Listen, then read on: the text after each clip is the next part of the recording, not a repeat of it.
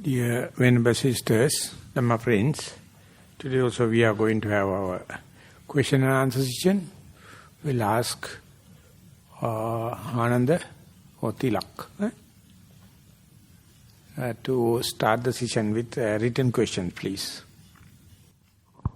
Again, Ayubowan mendicants, and just to sell the word Ayubowan, you can say that any time. You don't have to say good morning, good afternoon.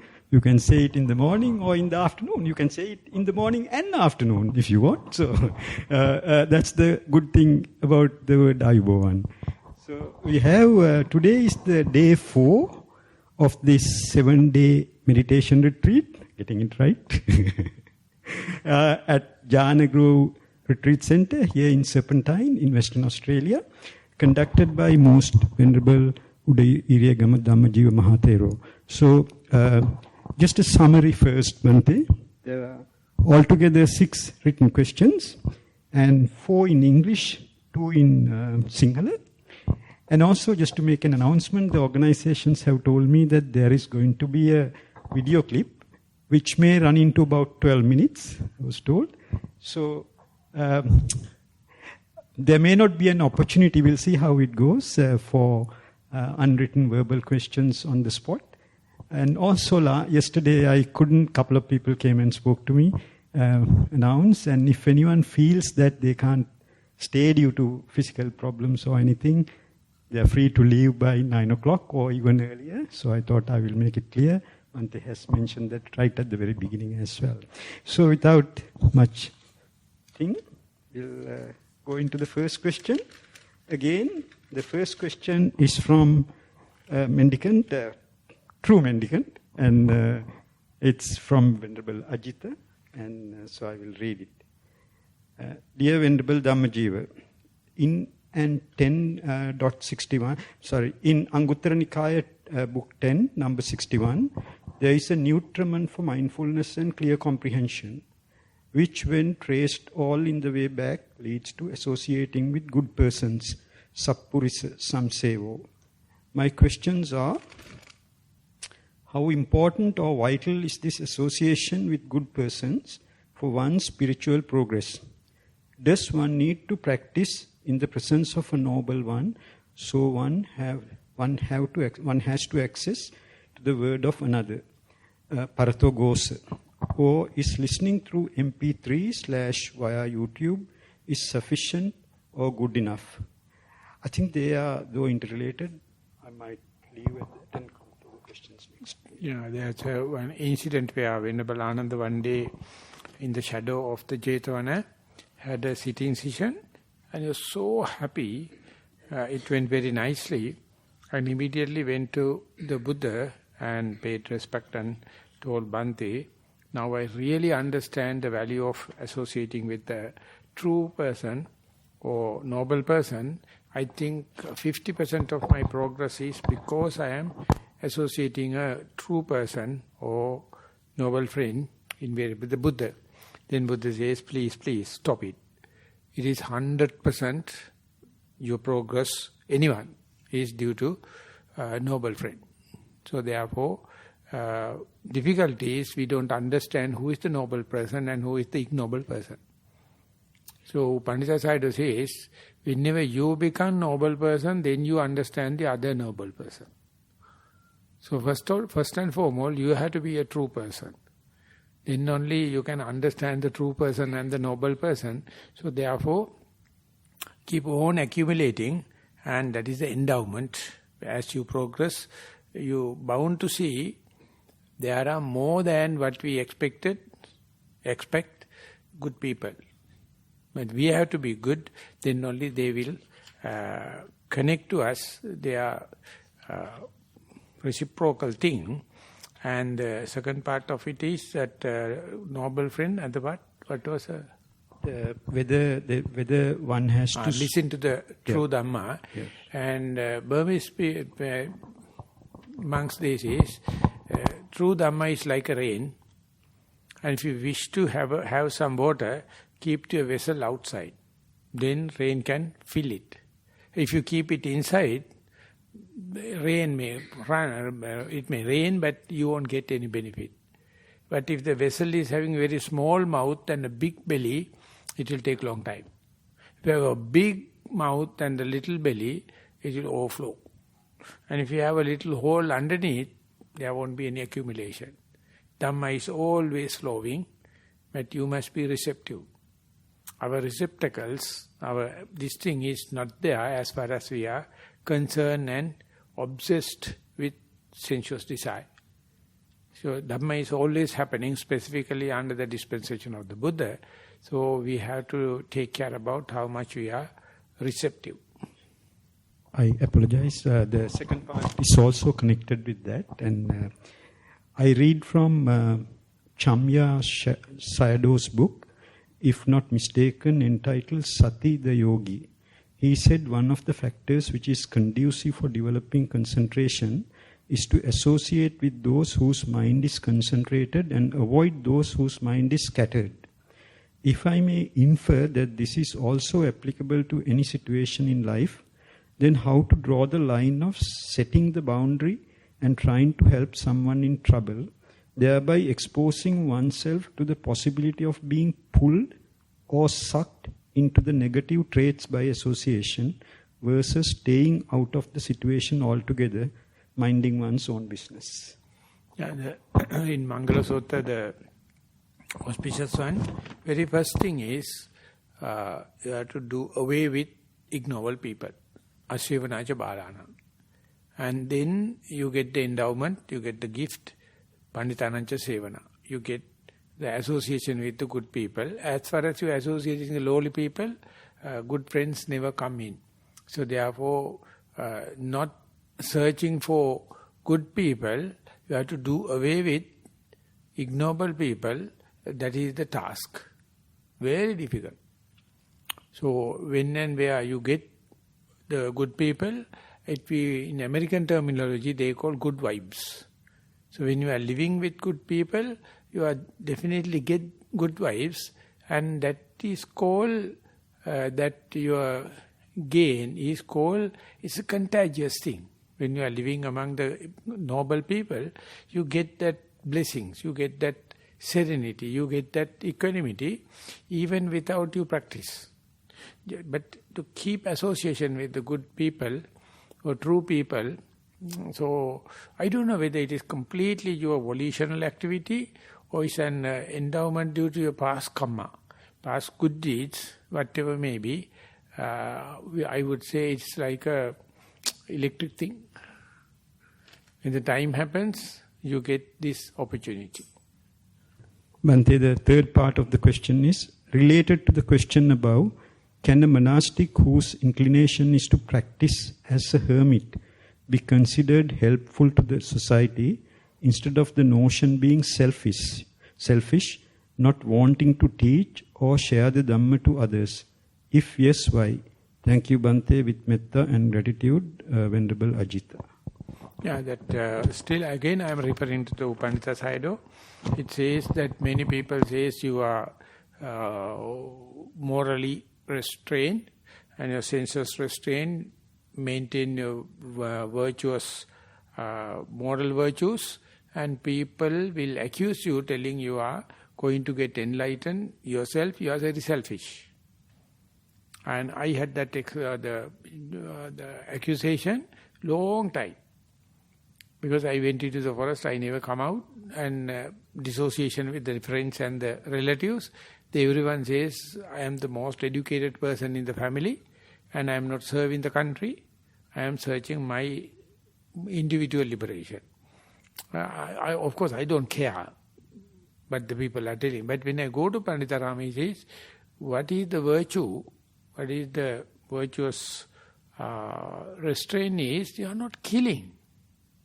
It's a social action, not doing bad things. You are not stealing. You are not sexually misconducting. No lying, slandering, tail carrying. So everything, other people, they are telling they are social workers, they are the killers. They don't care about moral restraint. They are the robbers. And they are the one doing sexual misconduct and slandering, tail carrying, everything, and they are social workers. So he says, those who are not doing bad things are the real helpers to the society. So when we are in Adelaide, and we had the second talk in English, and there were a lot of foreigners, Australian came. And after that, there's one person asked, Bante, I have a concern, so I would like to consult you on that a lot of wild animals are being killed due to this wildfire. So I am so, frustrated and driven by compassion. What can we do? So immediately I told, be mindful and mind your own business. Oh, all the audience got upset. Because it's too harsh. Then I told, if you are moved by this frustration and you are disqualified to help others. First and foremost, you have to be composed and thing. And you know now, a lot of wild animals are being killed. But you know in Rockhampton, 1,800 cows are killing each day. Do you have any feeling about? Do you have any idea about transporting animals from the far away to the ship and sending to the Middle East? So it's a crime. It's happening all the time. And leave aside the small animals. So this wildfire is something, natural thing. So therefore, if you wish to help someone, first and foremost, you must be composed, you must be compassionate, and you must feel yourself. That is why I am telling, mind your own business, be mindful. So I published a book under the name Mind Your Own Business. And now it has been, it was in English and now it has been translated to Sinhala, to give it to the Sinhala readers also. But they appear like very harsh and very selfish and very introvert, but they are the only people not harming the society. All the other people doing this and that work, they are burning the candle from both the ends and they are disturbing the existing society. So in Sinhala, we call Pandityo Samadhyata mehe karati, Atipandityo Samadhya ehe mehe karati. So can someone translate into English?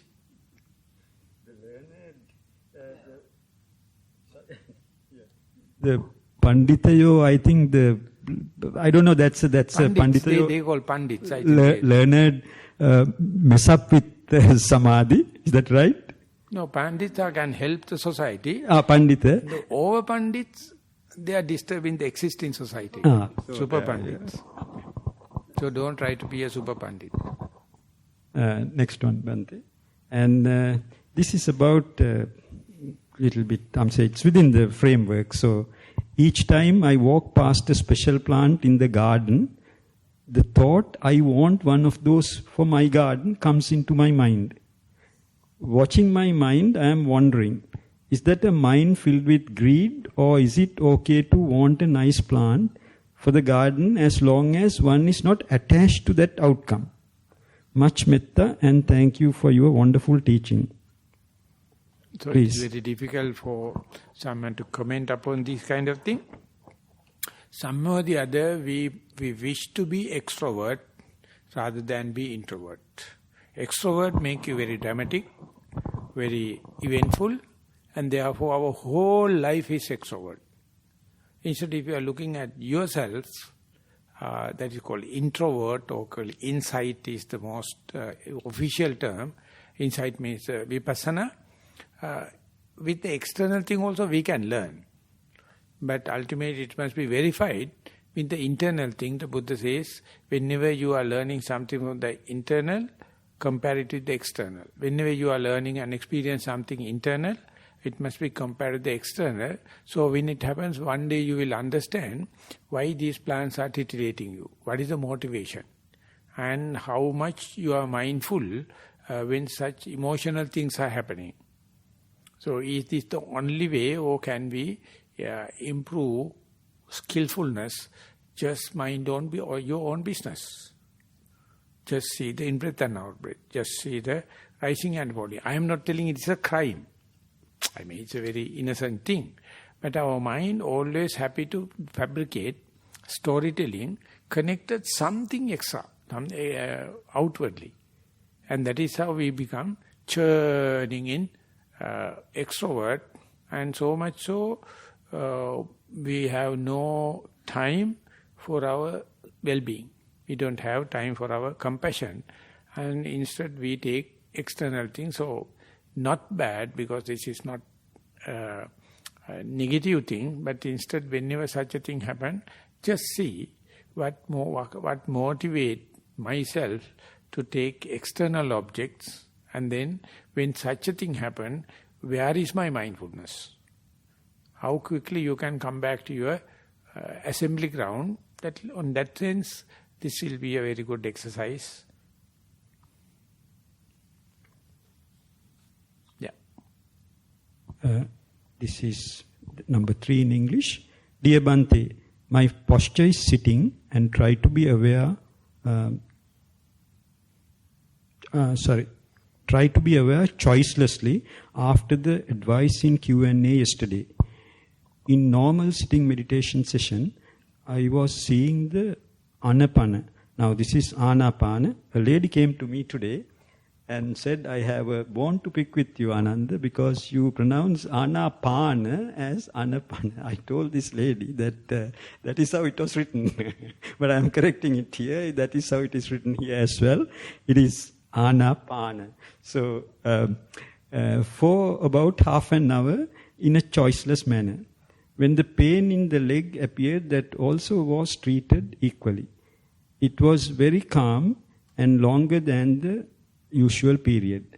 When the pain level increased to unbearable, I could sense the signal from the mind to change postures, which I think is a sanskara, within inverted commas, sanskara. I hardened my mind not to change the posture and somehow could resist the change in posture until the whole pain cycle is over, leading to comfort. The effect was long-lasting after the session and resulted in a deeper samadhi in walking too. I have no question to ask, but thought to share this little success with you. Much merit to you, Bhante. I have just a comment.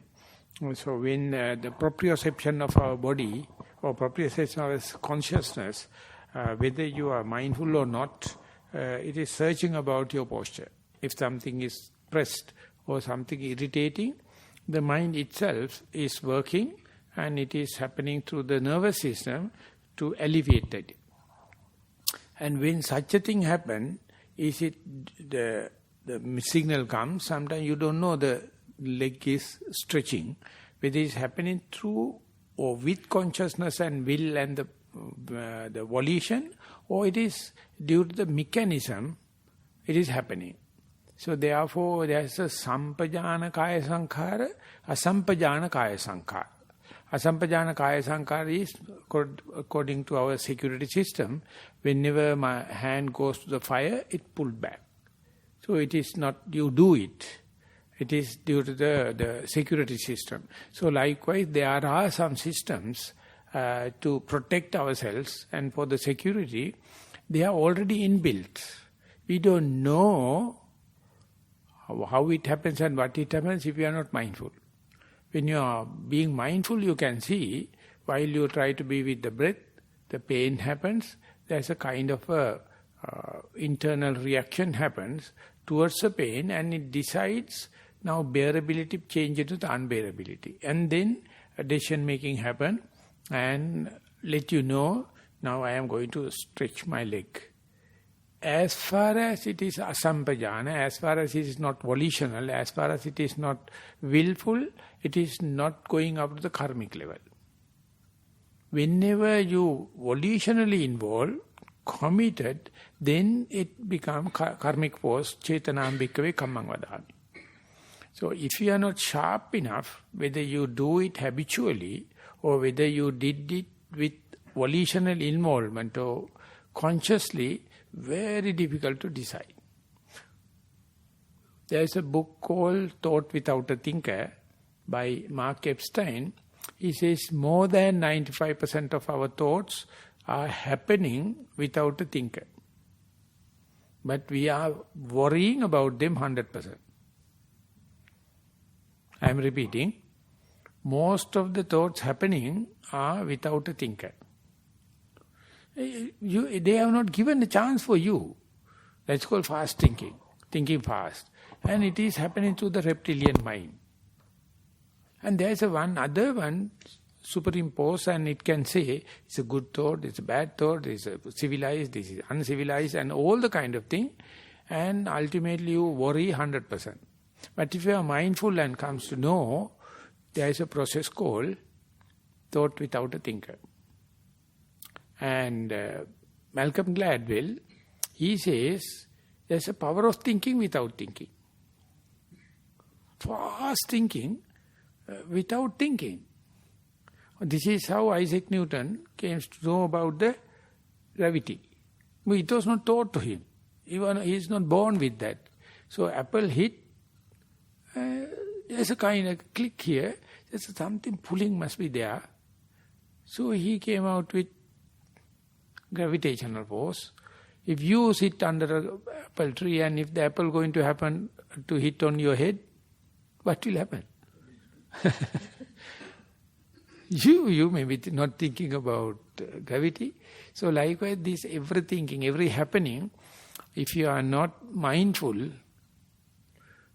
even your own internal things, you give a wrong interpretation. Sometimes you may think that is what you call the creator God. Or sometimes you may say, the person sitting close to me is doing a black magic. Or you may see, there are some heavily meditating people, they can influence you. And fourth option is, it is happening without any reason, so therefore no worry of, don't worry about that. So Buddha is give a very nice analysis in Pottapada Sutta with Sanya, how to work with that situation. It is not utterly ahetukavada, that's a rationality. But it is not a God creator. It is not you. It is not external person. This is the cause and effect relationship happens. So how to discriminate thought or the conscious thing and unconscious thing. Or we can put it in other way, whether it's a reality or concept. So whenever Jnananda wrote the book, Concept and Reality, and it is explaining how much we are answering to the irrelevant things happening in our body. It's beyond our control. But if you do not know, you think, I committed a mistake, so you worry. But if you are really under the light of mindfulness, you can say, of course it would have hurt the other person, but I never intended to do that. This is the way the habituation happens.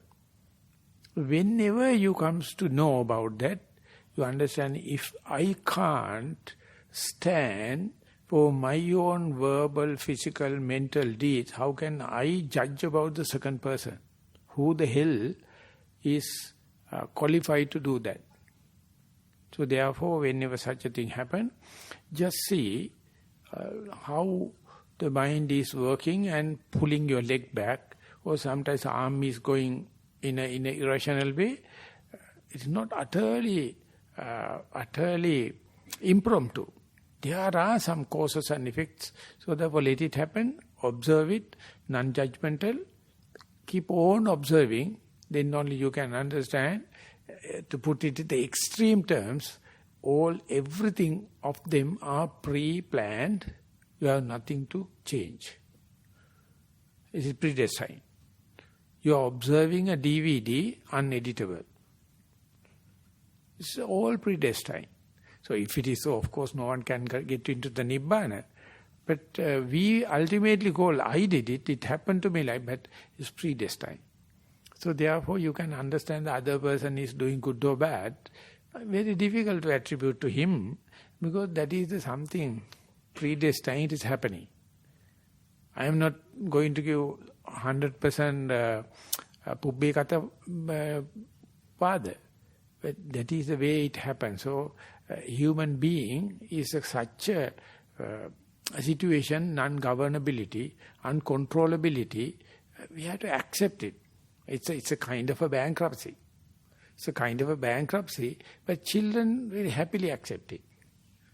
When you become elderly person, specifically moralist, they are self-torturing throughout.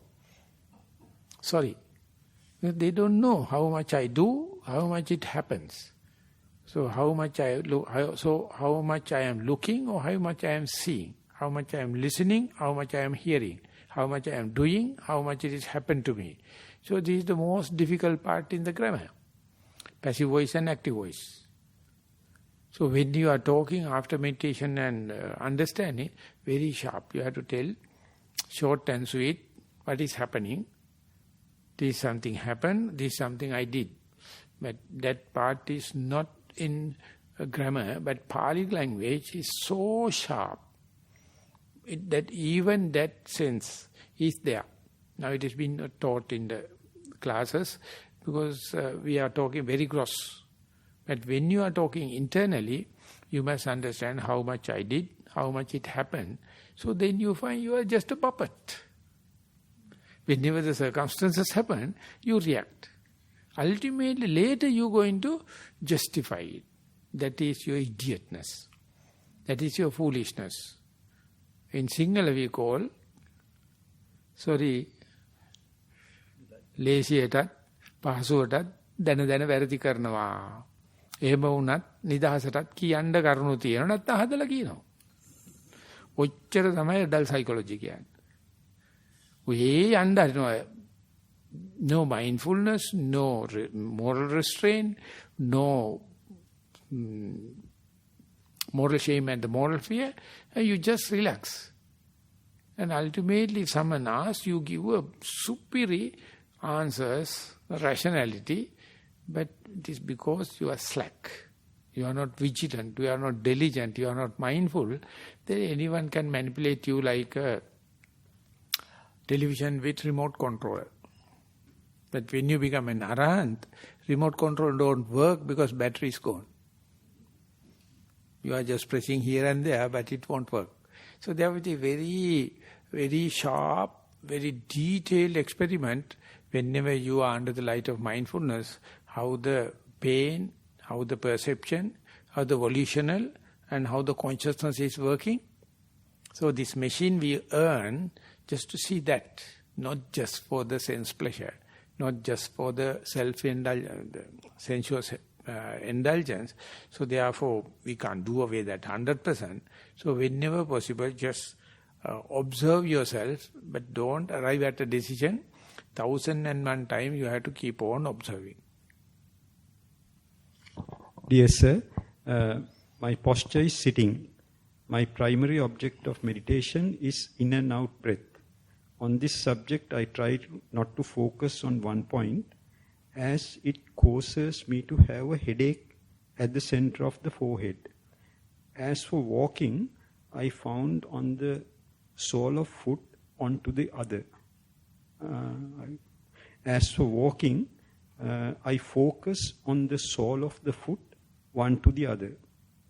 In a good session, I note and experience the passing object as given below. Colorful objects of different shapes and colors, but they come and go quickly. I also saw a small fire of burning wood and branches which also disappears. The thing is that when the sun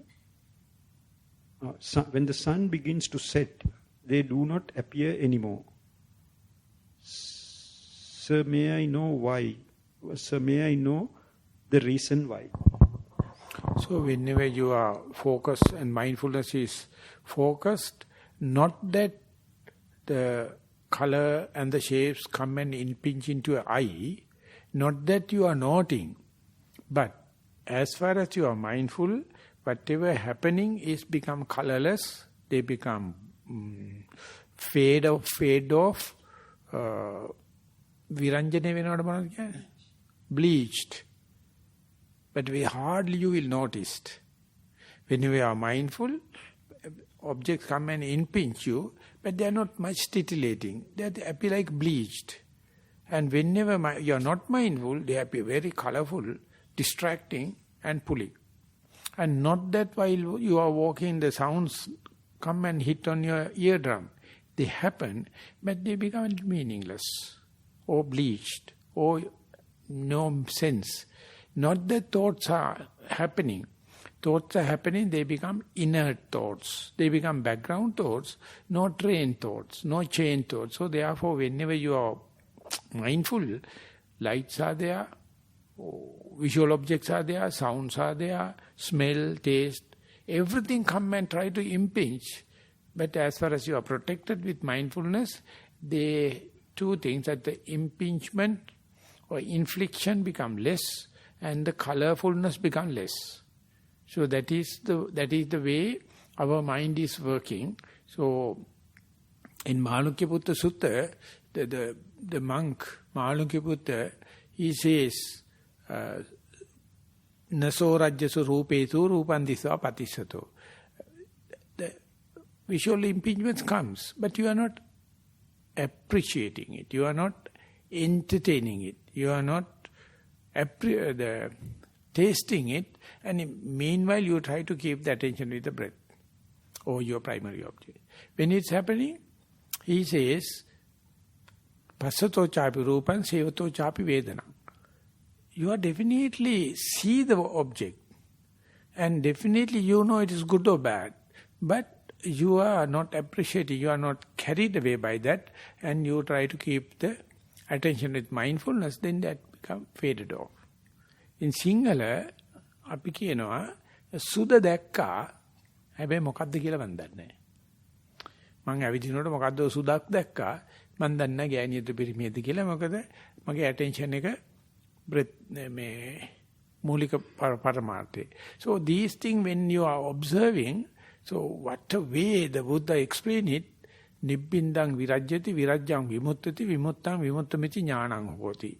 Whenever your attention is protected and with mindfulness, whatever happening become nirvindana. Nirvindana means no sense. And virajyati, bleached off.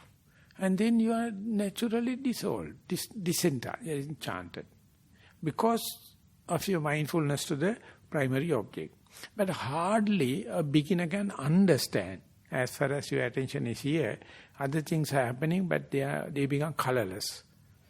But the Buddha not only experience it, he gives clues for the beginner's yogi. At least you must have theory understanding. At least you must have inferential understanding. At least you must have deductive understanding. Just try to be focused on the attention, but don't stop other things happening. Let them happen. One day you will understand their inflicting nature is becoming less and less because of your primary object. So as far as you are attached or you are hooked and you are imbibed with the primary object or mindfulness, such a protection happens. So unbelievable. Whenever you are to notice it, one American used to say, you must be anagami level. To know that kind of thing. Till that it is happening, but you can't express it because you are just worrying about to maintain the mindfulness. You fail to understand what happened to the subsidiary objects are happening. So it's a kind of a thing, starting with a tiny introduction, ultimately completely covering whole life, whole body, and therefore when you are introducing mindfulness, it's a very tiny way introduced, ultimately spreading everywhere and give the total protection.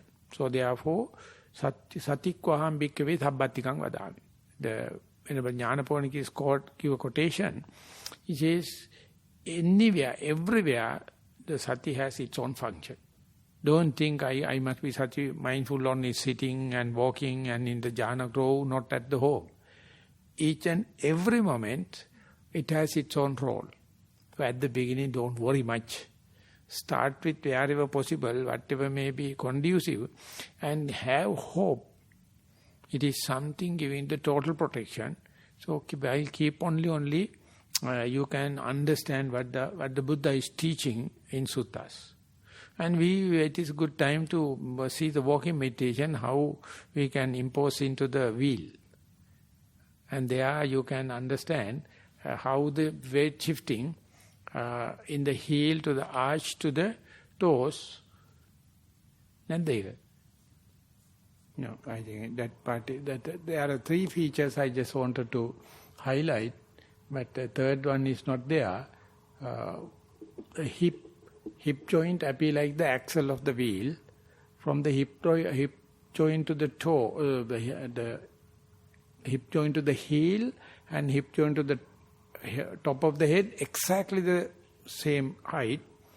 So when you are transferring the pressure, power, the leg appear like a radius and transferring the pressure, and that time it is very rigid.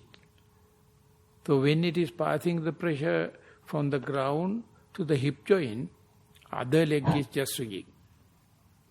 Yes. Now wheel is turning. You can see the hip joint is the axle, and whenever the leg is coinciding with each and every radius, that's the point power transmission happen.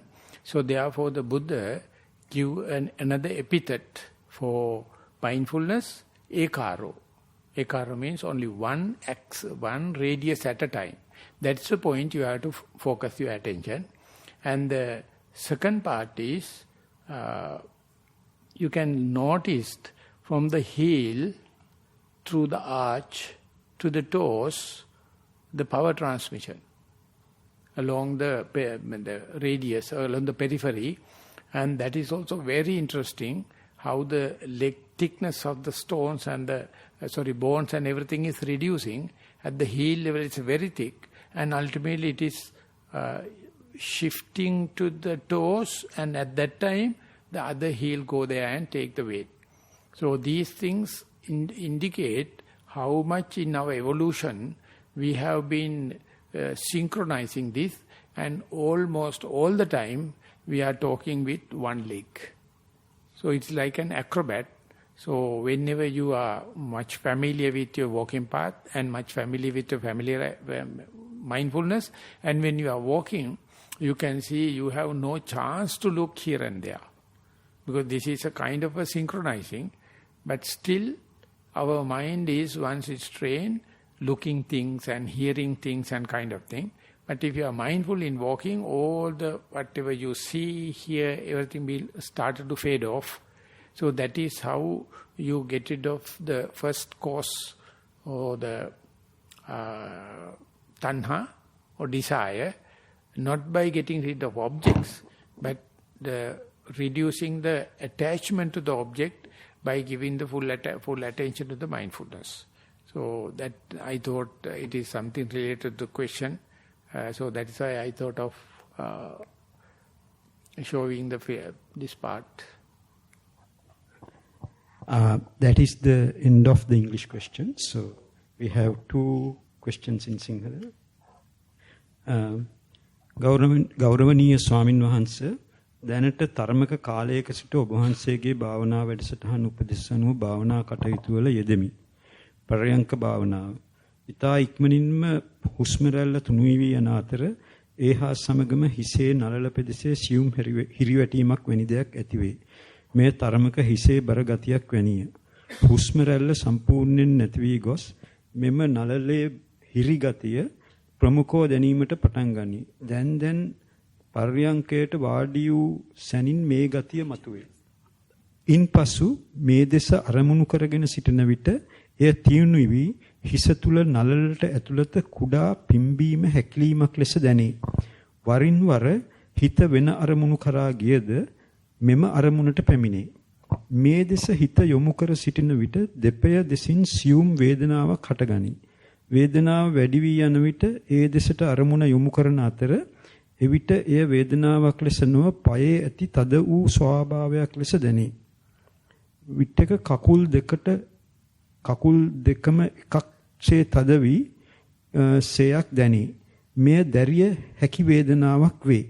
මට ඇති ප්‍රශ්නය නම් මේ தത്വයට පත්වන විට භාවනාව එපා වී ඉරියව් වෙනස් කිරීමට පෙළඹ වීමයි. අනුකම්පාවෙන් උපදෙස් පතමි. මේ පරයන්ක භාවනාව ගැන ඊට පස්සේ තියෙන්නේ ඕක. ඒ කියන්නේ මට එපා වෙලා තියෙන බව දන්නවනම් ගොඩ. දන්නේ නැති උනොත් අපි දන්නේ නැහැ සලුවක සාදාලා නැගිටලා යනවා. දැන් අපි දන්නවනම් මේ එපා වීම හොඳට මතක තියාගන්න. එපා වීම එක සැරේ එන්නේ නැහැ. ඔක හිමීට තමයි ඔටු වගේට එන්නා වගේ ටික එන්නේ. ඔය එපා වීමත් එක්ක පැහැදිලිවම බලනින්න අරමුණේ විපරිණාමයක් සිද්ධ වෙනවා. විපරිණාමය දැක්කේ නැත්නම් ඒකට ෂාප් නැත්නම් අපිට පේන්නේ එකක් වෙලා නැගිටලා ගියා මොනවා වුණත් දන්නේ නැහැ කියලා. ඒ නිසා එපා වීම දන්න බවට එකම දෙයයි කරන්න තියෙන්නේ අනිදාසේ එපා වීම එනවා කියලා ලෑස්තිලා යන්න. එපා වීම එන්නේ පැහැදිලි පසුබිමක් ඇතුව. එයා ඊට ඉස්සෙල්ලා අරුණ නැගලා පස්සේ තමයි ඉර නගිනවා වගේ එපා වීම එන්න පටන් ගන්න වෙලාවට මායා කරලා ඒක එන්නේ. ඒ මායාව අරමුණ දෙස නිතිපතා බලන සිටීම සිදුවෙන එකක්. ඒ අරමුණ දිහා ඇස්පිල්ලම් ගන්නතෝ බලන් හිටියොත් පස්සේ දවසක වෙනවා මෙන්න මෙතෙන් භාවනා යනකොට දැන් ඔන්න එපා වීම එන වෙලාව කියලා. හරියටම ප්‍රෙඩික්ට් කරන්න පුළුවන් තරමට වෙනවා. ඉතින් එපා වීම එන එක ලෑස්තිලා ගියාට පස්සේ මුළු භාවනාවම හරි ආසහිතෙනවා. අපි මෙතෙක්කල් බුදුරු කී දහහක් දැකලා ඇද්ද? කොච්චර වතාවක් භාවනා හරියන්නේ නැහැ කියලා අතහැරලා ඇද්ද? මොකද මේ ට්‍රාන්සිෂන් එක අහුවෙන වෙලාවේ අපි අරමුණේ පිහිට පැතුවේ නැහැ. එපා වීම එන හැටි දැක්කේ නැහැ. ඒක පාරට චෝදනා කරන එපා වීම අතහැරලා කියලා. තව එක පොයින්ට් එකක් මට මතක් කරන්න කැමතියි. අපිට ඔළුවේ තද වෙනවා, සැහැල්ලු වෙනවා තේරෙනවා. කකුලේ වේදනාව තේරෙනවා. මේව බලන්න පුළුවන් ක්‍රම දෙකක් තියෙනවා. ළමා භාෂාවෙන් නැත්තම් භාවනා නොකරපු එකනා ඔළුව තද වෙනවා, ඉසිකක්කමයි, ඉසෙයම්මයි, කකුලේ වේදනාව රීමේ කිව්වට ඒ ඔළුව කටබඩ කියන දේ නැතුව මේ තද වෙන බව, තද වෙන ස්වභාවය, තද වෙන ගතිය කියලා ගති භාව ස්වභාව වශයෙන් බැලුවොත් මම නෑ. මේක කකුලේ තද වෙනවා අනම්මන නෙවෙයි, කකුල රිදෙනවා නෙවෙයි, රිදෙනවා. අර නම් වඩන් දාපු ගම මේ කකුලේ, මේ කටේ, මේ බඩේ කියලා අපිට ටෙන්ෂන් එකකුයි, රෝග ලක්ෂණයකුයි එන විශාල හිස්ටරියක් එනවා. අපිට බලන්න කියනවා භාව ලක්ෂණේ. අපිට බලන්න කියනවා ස්වභාව ලක්ෂණේ. අපිට බලන්න කියනවා ගතිය. ඒ බලන්න පේනවා කයේ ඕව එන්නේ නැතුව ගස්කොලන් වල එන්නයි. එන ගති. මේක එක වාක්‍යයක් තියෙනවා මට පුළුවන් දන්නේ අල්ලන්න. මේක කකුලේ වේදනාවක් නෙමෙයි, කකුලේ තද වෙන ස්වභාවයක් කියලා එක තැනක ලියවිලා තියෙනවා. ඒ වුණාට අපිට කොලේ අපේ අතේ තියෙන වටයි කියන්නේ නැහැ දැන්. වලක්වන්න බෑ දැන් ආයේ. මේ දෙස හිත යොමු කරන විට දෙපය දෙසින් සියුම් වේදනාවක් හටගනී. වේදනාව වැඩි වී යන විට ඒ දෙසට අරමුණ යොමු කරන අතර එවිට වේදනාවක් ලෙස නොව පයේ ඇති වූ තද වූ ස්වභාවයක් ලෙස දැනේ. වේදනාවක් නෙවෙයි, පයේ ඇතිවෙච්ච ස්වභාවයක්. එතකොට එන භාවය කියලාත් කියනවා. ගතිය කියලාත් කියනවා. ඒක යුනිවර්සල් ලැන්ග්වේජ් එකක්. මයි කකුලේ වේදනාවක් කියපු ගමන් මං විසින් වොරි කළ යුතු ලෙඩක් දුකක් මම මේකට සයිකියාට්‍රික් කෙනෙක්ද හම්බෙන්න ඕන, ඕතෝපීඩියක් ડોක්ටර් කෙනෙක් හම්බෙන්නද, රුමැටික් බලන්න ඕනද, වෙන්න විශාල කචක්. මේ ගතියක්, තද ගතියක්, වේදනා ගතියක් කියලා බලන්ඩ කාය ජීවිත දෙකම පරිත්‍යාග කරන්න බලන්න යන්න ඕනේ. එහෙම ගිය දවසේ පේනවා මේවා තමයි දුක්ඛ සත්‍ය කියන්නේ. එහෙම නැත්නම් මේ ඕතෝපීඩියස් කෙනෙක් හම්බෙලා මේ කකුලේ අමාරුවට වේදනාවක් දැක්කම ඕ කීයක් හරි ගහ ගන්නවා. ඕක සනීප කරලා දෙන දවසින් කියලා. බලනකොට ඌටත් ඕතෝපීඩියක් අමාරුව තියෙනවා. ඉතින් ඌට එහෙම අමාරුවක් තියෙන ඌට දින හැකියාවක් අපිට සුද්ධ බේත් කරන්න. මැරෙන්නේ නැති වෙදෙක් ඉන්නවාද කියලා බුරුම් භාෂාවෙන් අහනවා. ඔය දොස්තර ඔච්චර දක්ෂ නන්නෝ මැරෙන්න ඉබයි. අපිට උපදෙස් දෙන කට්ටිය නෑ. ඔක්කොමලා ගොඩ වේද්දෝ තමයි, රටේ වේද්දෝ තමයි. ඒකට හේතුව අපි කියනවා කකුලේ වේදනාවක් කියලා. අපි කිව්වොත් මේ තද ගතියක් වැටුණා කිව්වොත් දොස්තර බම්බු ගන්නයි. ඉතින් ගතිය වලකින් නැතෝ අතේ පය දකින්න නැතෝ කොහෙද කියන්නේ. ඉතින් අපිට කවදාද අපි මේ භාෂාව, මේ ළමා භාෂාව අතහැරලා මේ භාෂාව කතා කරලා කමන්නේ. නමුත් මේක ලියනකොට මේ ලියන්න වගේ මේක බැලුවොත් වේදනාවක්. හැබැයි මේකේ තියෙන තද ගතියක්, තද භාවයක්, තද ස්වභාවයක්. එදාට මායя පරාදයි. අපිට ඇති වෙන දේ අපි ලියන හැටියෙන්, අපි කියන හැටියෙන් ප්‍රශ්නයක් ඇති කරන කොක්කක් දා ගන්නවද නැත්නම් කොක්ක දිගෑරලා තද ගතියක් ආවා. ඉතින් කකුලේ තද ගතියක් එනසෝ ගස් කොළන් වල එන්නයි. මේ ටික දැක්කේ නැති එක නිවන් දකින්න හේතුව. දැන් මේක තමයි දුක්ඛ සත්‍ය කියන්නේ. අපි කියනවා මේ වේදනාව නැති කරලා දුන්නොත් මම හිටගෙන දිවි ලෝකේ මවන්නා වගේ ටක් ගාලා නිවන් යන්නම් කියලා. මේ පොඩි ප්‍රශ්නකට තියෙන කකුල වේදනාව. නිවන් දකින්න කියන්නේ මොකද? මේ දුක්ඛ ආර්ය සත්‍ය දකින්න ඔය කකුල වේදනාව නොදැක දුක්ඛ ආර්ය සත්‍ය දකින්න හදනවා. උස්සල පොළවේ ගන්න තරම් වටිනවා මේ කරන තකතිරු කතාවල වල හැටි. ඉතින් මොන කරන්නද අපි ඔක්කොම උතරනේ ඉන්නේ. කකුලට එන වේදනාව භාවයක් විදියට දකින්න, ස්වභාවයක් විදියට දකින්න, ගතියක් විදියට දකින්න. ඒක උඩ තියෙන ඔය ඇත්තටම දරන්න පුළුවන්. ඒ නැත්තම් තමයි හිතෙන්නේ මේ අන්තභාගය හැදෙන්න යනවත් දන්නේ නැහැ. ඒ නැත්තම් ඇත්තටම කොර වෙන්න යනවත් දන්නේ නැහැ. මොකද්ද වෙන්න දන්නේ නැහැ. ඊට පස්සේ හින්න දිග කතාවක් යනවා. ඉතින් කවදා හරි අපි භාවනා කරන යනකොට ඔය ලියලා තියෙන වාක්‍ය විදියට මේක භාව ලක්ෂණ වශයෙන්, ස්වභාව වශයෙන්, ගති වශයෙන් බලන්න ගියාම ඒකට තමයි බුදුහාමුදුරුවෝ කතා කරලා තියෙන්නේ. වේදනා සංයුත්තය අරගෙන බැලුවොත් නැත්තම් බුදුරජාණන්සේ වේදනා කියලා බලනකොට ඔය අපි කතා කරන දැන් බලන්න ලෝකේ ස්පිරිතාල වල නැත්නම් මෙඩිකල් ෆැකල්ටි මොන තරම් ලෙඩ જાති අඳුරගෙන තියෙනවද කියලා. බුදුහාමුදුරුවෝ කියලා තියෙන පටන් ගන්නකොට තියෙන උච්චාර ප්‍රස්තාව කමේ විතරයි. මල මුත්‍රා පහ කිරීමේ දෝෂේ විතරයි. දැන් දොස්තරලා වැඩි වෙනකොට ස්පිරිතාල වැඩි වෙනකොට ලෙඩ ගන්න වැඩි වෙලා බෙහෙත් ගන්න වැඩි වෙලා. ඉතින් කියනවා මේ ඇල්සේෂන් බලන්න මෙච්චර ලෙඩ තිබුණාට ඉතිහාසයේ කවදාකවත් සඳහන් කරලා තියෙනවද නැත්නම් වල්බල්ලෙක් ලෙඩ වුණයි කියලා පොතකවත් තියෙනවද දැකලා තියෙනවද? අපේ මිනිස්සෙක් සයිකියාට්‍රි පොතක් ලියනවා සරච්චන්ද්‍ර ඒ ප්‍රිෆේස් එකේ ලියනවා once upon a time there were no psychiatrists. ඒතකොට psychiatric patients නැහැ. once upon a time there were no psychiatrists. ඉතින් මේකට අපි අහුවෙන්නේ මට නන්දාගෙන අර ටෙස්ට් එක අර මැෂින් එක ඒක දාපු ගමන් ඇත්තට සෑහෙන ගානක් ඕකේ යැපෙනවා. හරි අනුකම්පා කරලා ඒක කරන්න වටිනවා. හැබැයි කවදාකවත් වෙල් බීయింగ్ එකට නෙමෙයි කරන්නේ. ඒක ත්‍රෙට් කරලා කියත හැකි. කවදාකවත් වෙල් බීయింగ్ එකට නෙමෙයි කරන්නේ. කවදාකවත් කම්පැෂන් නෙමෙයි කරන්නේ. ඒක නෙමෙයි වෛද්‍ය ශාස්ත්‍රය කියන්නේ. කම්පැෂන් කරන දොස්තරලා එකක් කියන එක වෙනම කතාවක්. මේකයි බුදුහාමුදුරන් කියන්නේ සතහට වන භව දුකට වේදානන් කිය. ඔය එක එකනට පහඳින්න නෙවෙයි. බුදුජානක ලෙඩ 12ක් ආවා. ජයන වෙලාවක කවුද අපේ ජීවක වෛද්‍යතුමා ගිහිල්ලා වෙදකම් කරා. ඒක මං කියන්නේ මේ අරුවඥ උනායි කියලා ලෙඩ නොවී ඉන්න එක නෙවෙයි මටත් දැන් මේ දවස්වල කිව්වා මොකද ඩයබටිස් කොලෙස්ටරෝල් බාහන අඹුකාර ලෙඩ දෙකක් ආවේ මේ සැරේ. ඉතින් කට්ටිය අහනවා මෙච්චර මේ පඬිතුයා වගේ කතා කරන එකට මොකටද දෙන ඩයබටිස් එන්නේ කියලා. මොනක් කරන්නද අප්පේනවා තමයි. ඒකට පොඩ්ඩක් ඉඳ තියාන කතා කරමු. ඔයට ඒ වෙලාවට එන දොස්තරලාට ඉතින් පොඩ්ඩක් සැලුට් එක ගහලා එහෙම කරගෙන යනවා. නමුත් මේ දේවල් මේ වගේ ලෙඩක් කරලා දෙන්න නැතු අපි භාව ලක්ෂණයෙන් කතා කරන්න යනවනම් මේ ඇවිල්ලා තියෙන නිවන් දකින්න මේ සුභාසින්සනය. ඒ නිසා පඬිස්සංශ කියනවා භාවනාදී ලෙඩක් ආවනම් ශිර දෙව්දුව ගෙට වැඩියා කියලා හිතාගන්නයි කියලා.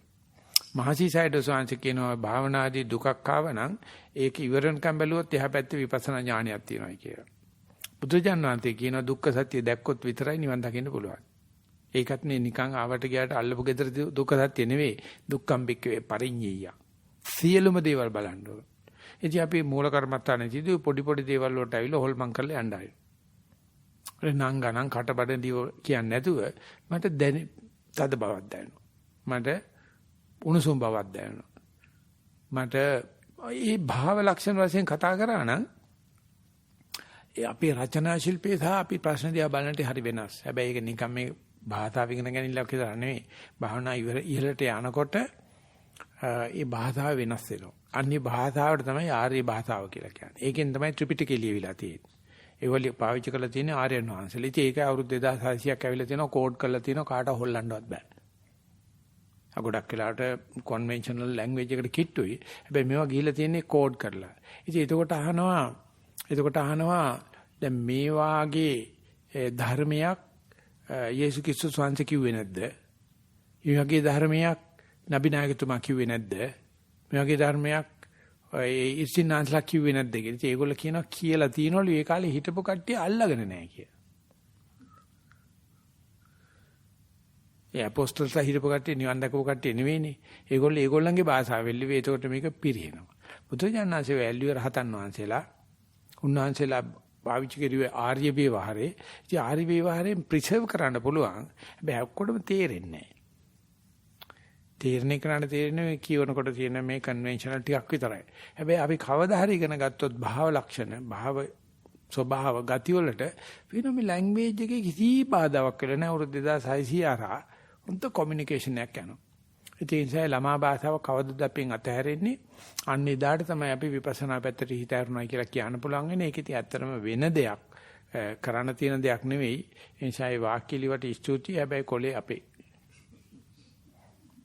ස්වාමීන් වහන්සේ එපා වෙන ඒ ගතිය එනකොට මම බලනවා මේ එතකොට කිසිම මේ රිදීම මට දරා ගන්න පුළුවන්.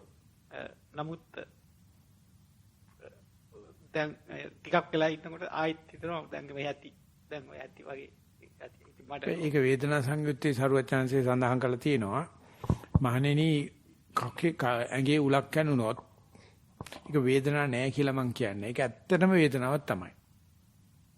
හැබැයි හිතපන් එතනම තවත් තුලක් කැණුනොත් ඒක වේදනාවක් දරා ගන්න බැරි මට්ටමට යනවා. දෙවෙනි උල කියන්නේ පළවෙනි වේදනාවට ඇති ද්වේෂය. ඒසා වේදනාවක් එනකොටම අපේ ඇඟ නිකම්ම කියන මොන මල හොන්තුවක් දැන් අල්ලපු ගෙදර කාට මේක පල්ලයන්කෝ මගේ කකුලේ මැවිලා මේ මට විතරක් වේදනාවක් වෙන්නේ අයියෝ මෙච්චර මන් දන් දෙනවා මෙච්චර සිල් රකින්නවා මේ කියලා අර එන වේදනාවට ද්වේෂ කරනවා කියන එක invariably happening. එතකොට එතනම ඇතිච්ච දෙවෙනි උල වෙනවා. ඒකට කියනවා කායික දුක සහ චෛතසික දුක. දුක්ඛ දෝමනස්ස. දෝමනස්සේ හරි සටල්. හැබැයි අපි දරා ගන්න බැරි තට්ටමට ගෙනල්ලා අපි වැල් ගැඩවිල්ල බවට පත් වෙනවා. ගැරන්ටි හැවක් බවට පත් වෙනවා. අපි ඔහොමද දුක් විඳලා තියෙන්නේ. මේ පොඩි දෙයකට අපි භාවනා කරන්න බෑ කියලා ඉඳගෙන ඉන්න බෑ කියලා කොන්දේ අමාරුයි කියලා බඩේ එකක්මයි කියලා ඔය දාන් අදින්න පැය 6 ඉඳගෙන ඉන්නවා දාන් ලෑල්ල ගාව කිසිම අමාරුවක් නැහැ. චෙස් ගහන්න ගියාම රහත් වෙලා වගේ බලන්නේ චෙස් බෝඩ් එක දිහා. හෙල්ලෙන්නේ නැහැ. ඔය කිසි බඩේ එකක්ම කිසි එකක්ම මොකක්වත් නැහැ. භාවනා කරන්න ගියාම අල්ලපු ගෙදර අමාරුවටත් මෙයා කේන්ද්‍රී ගන්න. අපේ මට මේ කේන්ද්‍රී ගන්න අපේ දුව මේලා ළමයි කම වෙනවා මට නිකන් කේන්ද්‍රී ගෑවෙනවා කියලා මේ භාවනා මධ්‍යස්ථාන ඉඳගෙන අල්ලපු ගෙදර ආච්චිට ළමයි හම්බෙන්නේ මේ තම්බිට අමාරුයි. අයියෝ. ඔව් හැබැයි හරි ජොලි වැඩි ඔය වේදනාව වර ගොඩක් hina වෙන දේවල් තියෙනවා. උක Taman තේරුම් ගත්ත දවසේ පේනවා අපි මොන නාටකමක්ද මේ නටන්නේ කියලා. එයාටින් වැද්ද කොච්චර දක්ෂද බලන්න කවදාවත් කේන්ද්‍රී ගන්නෑ. උන්ට ඉන්ෂුරන්ස් නැහැ. ඔය විස බීජ නාසනත් නැහැ. හෙල්ත් ඉන්ෂුරන්ස් නුත් නැහැ. එහෙම නැත්නම් ලයබිලිටිස් ඇත්තෙත් නැහැ. එකෙක් මරනාම ගල් ගියත් ඇරිය ගියා. වෙන තැනක ගත්ත ගියා. කිසිම තැනක සටහනක්වත් නැහැ මේ වැද්දන්ගේ. බලන්න මේ වගේ හැටි කවදාකවත් සිවිදි නස ගන්න නැහැ කියනවනේ. කවමදාකවත් ඇබර්ජිනස් දැන් නම් මේ මිනිසුන්ට මේ ලංකාව ඕස්ට්‍රේලියාව වල කියලා තියෙන බොණ්ඩ දීලා පිසු කියලා සිවිදි නස ගන්නවා. ඇබර්ජිනස් කවදාකවත් සිවිදි නස ගන්න නැති. නැත්නම් වැද්දෝ. සිවිලයිස් මිනිස්සු සිවිදි නස ගන්න එක වළක්වන්න බෑ. මෙච්චර මේ හෙල්ත් ඉන්ෂුරන්ස් අනම්මනම් ඔක්කොම තියේදී කොහෙද මෙතන වැරදිලා තියෙන්නේ? මොකද්ද වැරදිලා තියෙන්නේ? අර එන දේ දරා ගන්න බෑ. ඉමෝෂනල් ලිටරසි නැහැ. සෝෂල් ඉන්ටෙලිජන්ස් නැහැ. අපි ඒක බලාපොරොත්තු වෙනවා සයිකියාට්‍රික් ගා. ඒක බලාපොරොත්තු වෙනවා දොස්තර ගා. ඒක බලා ගන්නවා බැංකු මැනේජර් ගා. නැත්නම් කවුන්සලර් ගාව. ඒක එක්කත් අපි සුබ සිද්ධියට නෙවෙයි වැඩ කරන්නේ. බුදුරජාන් වහන්සේ වගේ. එච්චි අපි ඒ කරන හැම වෙලාවෙම බුදුහාමුදුරුවෝ අපෙන් ඈත් වෙනවනේ. ධර්මයෙන් අපෙන් ඈත් වෙනවා. සත්‍යයෙන් අපි ඈත් වෙනවා. අපි හිතන නෑ නෑ. ඒගොල්ලෝ ඇත්තටම අත්‍යවශ්‍යයි. ඒගොල්ලෝ ඊට දුන්නොත් ඒගොල්ලෝ රෙකමන්ඩ් කරුවොත් විතරක් රිට්‍රීට් එකට යනවා. දොස්තර රෙකමන්ඩ් කරුවොත්. ඉතින් ආචාර්ය බ්‍රහ්මහනෝ කොයි දොස්තරද භාවනා කරලා තියෙන්නේ? ඒ වගේ දෙයකට කියන්නේ. මෙහෙම යන්න හොඳද නරකද? ඒගොල්ලෝ බලන්නේ ඒගොල්ලන්ගේ සාත්‍තර හැරිය. නැවත එහෙම එජෙන්ඩා එකක් බුදුරජාණන්සේ ගාව තිබුණේ නැහැ. ඒ නිසා වේදනාව අපිට දරන්න බැරි වෙන්නේ ඒ ඇතිවෙච්ච වේදනාවට ඇති වෙන ද්වේෂය අඳුර ගන්න බැරි වුණා. ඒක දැක්කොත් එතන පේන පළවෙනි වේදනාව කායික එක දෙක මම විශ්ින් ඒකට ආරූඪ කරන එකක්. ඒතර කවුද මේ අපිට දුක දෙන්නේ? අපේම නොදැනුවත්කම තමයි. ඒක ගලව ගත්ත ගම මේ හිතින් ආරූඪ කරන එක නැති වෙච්චාම කියනවා සයිකියාට්‍රිකලි අපි කන්ටෙන්ටඩ් කියලා. ඒකට කියනවා ප්ලාසිබෝ ඉෆෙක්ට් කියලා. එන වේදනාවදී අපිට බලන්න පුළුවන් කායිකව අපිට අමාරුවක් ආවා. මේකට මම ආයේ ඔළුව අතින් දාන්නේ නැහැ. බය දාන්නේ නැහැ. මොකක්ද නැත්තම් එයා තුල එන ප්ලාසිබෝ ඉෆෙක්ට් එකෙන් ඇඟට කරන ඕනම කරන රසායන හැදෙනවා. ඊට පස්සේ ඇඟේ යනවා. වේදනාව කියන්නේ ඇඟ හීලින් පටන් ගත්ත කියන ලකුණක්. අපි ඒක නතර කරපු ගමන් ඇඟ හීලින් නතර කරලා දානවා. ඒ මැදුවට අපි දෝබස් වේදනාවක් දා ගන්නවා. ඊට පස්සේ කෑ ගහනවා. දුක්ඛ සත්‍යයට යන්න තියෙන අවස්ථාව වෙනුවට භාවනා කරන්නත් බෑ, මට ඉඳගෙන ඉන්නත් බෑ කියලා. ඉතින් මේකට දොස් කියන්න බෑ. මොකද මේ මට්ටම පැනපු අය ජනගහණයෙන් දශමිකක්වත් නැහැ. ඒ තරම් අපේ පෞරුෂත්වය කඩලා තියෙනවා. ඒ තරම් අපි හීන කරලා තියෙන, දීන කරලා තියෙන. මොකද අපිට සීලෙ නැති නිසා. සීලය ආව නම් ඊට පස්සේ සමාධිය ආනම්මනම් කරගෙන යන්න පුළුවන්. ඉතින් ඒ කෑල්ල තමයි අමාරුම කෑල්ල. මේ ගමනේ තියෙන අමාරුම කෑල්ල තමයි අපි මේ සීලේ පණ දෙවෙනි කළ රකින්න ඕනේ. දැක්වට පස්සේ අපිට එනවා මොකද්ද ආත්ම විශ්වාසයක්. ඒකට අම්මට තාත්තට අපට දෙන්න බෑ. පන්ති කාමරේ අපට දෙන්න බෑ. හැබැයි බුදුජානනාසේකට ශාසනය හදලා තිනවා. අපිට තියෙන පණේපා කියලා සීල රැක්කනම් එන්න සමාධි ඉච්චරම අමාරු වෙන්නේ නැහැ. ඉතින් මං හිතන්නේ මේ ලියුමට මෙච්චර බහිඳ වටිනවයි කියලා අපි යන ඊගාව කොටස. Just for the information of the non-Sri Lankans, soon after finishing this next part, I think Bante has said to start the video show. Bante, Sakman Bhavanawa, Mama Dakuna. Vama Dakuna. අවසන් වම දකුණ ලෙස භාවනාව පටන් ගෙන යන විට ඉබේම අවධානය එක කකුලක් දෙසට යොමු වේ. ඒ කකුල පොළවේ වදින ආකාරය ඊට පසු ශරීරයේ බර දැනේ. ඒ ආකාරයේ තදවීමක් ලෙස හොඳින් නිරීක්ෂණය වේ. ඉන්පසු කකුල පොළවේ ඇලෙන වරහන් ඇතුලේ තියෙනවා තරමක් ඉටි ස්වභාවයක්. ඉන්පසු ඉහළට ඔසවන විට ඉටි වලින් ගලවා ගන්නා වැනි ස්වභාවයක් නිරීක්ෂණය වේ. ඔසවා යන විට කකුල වාතය හා මිශ්‍ර යන අතර නැවත පොළවේ වදින විට බර ගතිය දැනේ. කකුල් දෙකම බලා වම දකුණ ලෙස බලන විට මේ ස්වභාවය නිරීක්ෂණය නොවි පොළවේ වදිනා තද ගතිය පමණක් දැනේ. ප්‍රශ්නය: මෙලෙස එකම කකුලක් දෙස බලා සක්මනේ යෙදීම ඉදිරියට යාමට බාධාවක්ද? අනුකම්පාවෙන් උපදෙස් දෙන ලෙස ඉල්ලමි. ඔබ වහන්සේට දීර්ඝායුෂ නිදුක් නිරෝගී බව පතමි. චමිත්. ඔය කියන්නේ අත්දැකීමක් ලබන්න පූර්ණත්වයේ ලබන්න එක එක පැතිකඩ වලින් බලන්න. තනි කකුල බලනවා. ඊට පස්සේ කකුල් දෙකම වැඩ කරන හැටි බලනවා. ඒ තනි කකුල බලලා කකුල් දෙක බලන්න යන වෙලාවේදී ඒක පිළිබඳව සංවේදනය කරන සමහරු කියනවා මේ කකුල තිබ්බා ඊට පස්සේ ඒකේ වැඩ ඉවර වෙනකන් ඉඳලා මේ කකුලට හිත තිබ්බා එහෙම කර ඉඳලා දෙකම වැටෙනවනේ මේකට බර ගන්නවනේ මේක රිලීස් වෙනවා මේකට බර ගන්නවා මේක රිලීස් වෙනවා කියන එක බයිසිකල් එකේ පැඩල් දෙකේ කකුල් දෙක තියාන පදිනකොට දෙකම ටච් එකේනේ තියෙන්නේ හරියට ඒ වගේ දෙකම තේරෙන පටන් ගන්නවා කියලා. ඒව නැත්තම් කියනවා ධනක් කුසට වතුර මේ ස්විමින් pool එකේ ඉඳගෙන ඇවිදින කන්තොත් වතුර කපාගෙන යන හැටි පේනවනේ කකුල් දෙකම පෙඩ්ලින් කරන හැටි. එතකොට පේන්න පටන් අර ගන්නවා අපි ඒකාරෝ කියලා බල සම්ප්‍රේෂණය කරන එකේ තමයි ආධුනිකයා සතිය පිටවන්නේ. ඊට පහු වෙනකොට වළක්වන්න බෑ.